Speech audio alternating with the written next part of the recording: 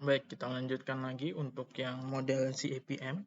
Kalau sebelumnya kita tadi menggunakan model single index model, sekarang kita pakai yang model CAPM atau CAPM. Panjangannya adalah model yaitu Capital Asset Pricing Model, CAPM.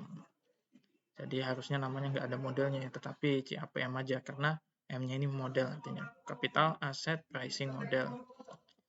Nah, ini kurang lebih hampir sama ya. Jadi untuk kodifikasinya hampir sama atau kodenya hampir sama. R ini adalah return dari IT atau return pada T dikurangi RIT ini return pada IT yang biasanya akan kita cari returnnya seperti apa. Lalu RBR ini adalah return dari suatu aset yang bebas risiko, biasanya menggunakan tingkat suku bunga atau BI rate seperti itu. Lalu alfa dari I ini adalah alfa dari suatu sekuritas atau saham ke I. RM ini adalah return dari market dikurangi dengan return dari aset bebas risiko ditambah error term. Nah, supaya menjadi lebih ringkas maka ini dikonversi menjadi seperti ini dengan memindahkan RBR bebas risikonya di kiri. Jadi rumusnya adalah RIT dikurang RBR atau return pada saham I pada waktu ke T dikurangi dengan return bebas risiko, biasanya menggunakan suku bunga, sama dengan alpha, lalu RM, return dari market, return dari IHSG biasanya dikurang dengan return dari aset yang bebas risiko, ditambah dengan error term, sama dengan tadi. Nah, kita asumsikan error term-nya 0 ya, sama dengan yang tadi ya. Nah, selanjutnya, supaya lebih gampang, kita ringkas lagi dari RIT kurang RBR ini menjadi R-aksen IT. R-aksen IT ini adalah selisih ya, karena dari selisih dari saham, return saham dikurang dengan return bebas risiko. Sedangkan untuk beta I ini adalah selisih dari return pasar dikurangi dengan return bebas risiko. Nah, untuk Y0-nya alfa, beta, gamma. Gamma 0-nya adalah intercept-nya ya.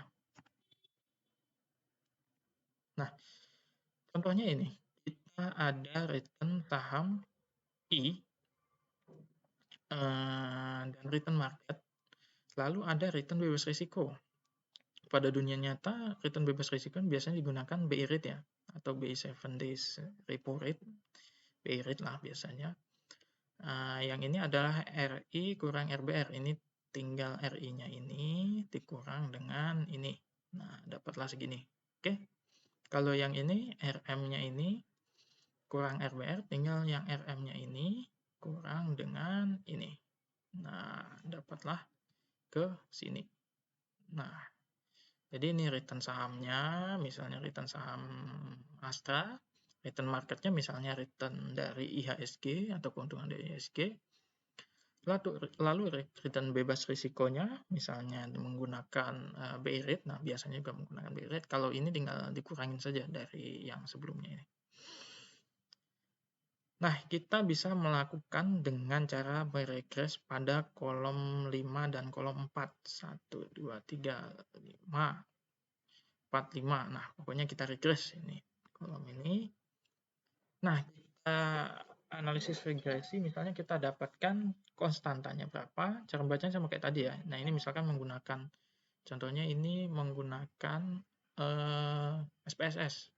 Kita dapat konstantanya berapa, interceptnya berapa, lalu T-nya berapa, signifikansinya berapa. Nah, sama dengan yang tadi, tinggal dimasukkan yang 4,39 ini, dia akan menjadi yang di bagian depan atau di intercept-nya atau di alfanya. Yang betanya itu ngambil dari yang di sini. Oh, sorry, ini bukan intercept, maksudnya koefisien alfanya. Lalu yang betanya itu menggunakan yang 1,068 itu ya. Nah, kalau ditanya betanya itu untuk saham I, misalnya saham Astra itu, nah itu berapa? Itu adalah 1,068. Nah, ini ya. Ini adalah betanya. Oke, cara regresinya bisa menggunakan SPSS.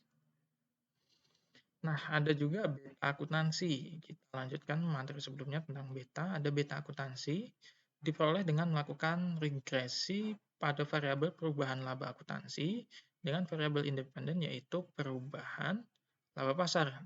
Nah, contohnya laba perusahaan A itu berapa, laba marketnya berapa, dan perubahan marketnya berapa. Di regresi, dapatlah hasil regresinya. Jangan lupa yang kita gunakan yang ini. Lalu kita dapatkan betanya, yaitu misalnya 0,26 seperti itu. Selanjutnya adalah beta atau risiko fundamental. Beta atau risiko fundamental itu adalah perhitungan beta dengan menggunakan variabelnya itu variabel fundamental. Nah, variabel fundamental ini variabel yang dipilih merupakan variabel yang berhubungan dengan risiko. Nah, variabel 2 beta fundamental menurut Beaver, Kettler, dan Scholes tahun 1970. Yang pertama yaitu dividend payout, yang kedua yaitu asset growth, yang ketiga yaitu leverage, yang keempat yaitu liquidity, asset size, earning variability, dan accounting beta. Nah, itu beta fundamentalnya.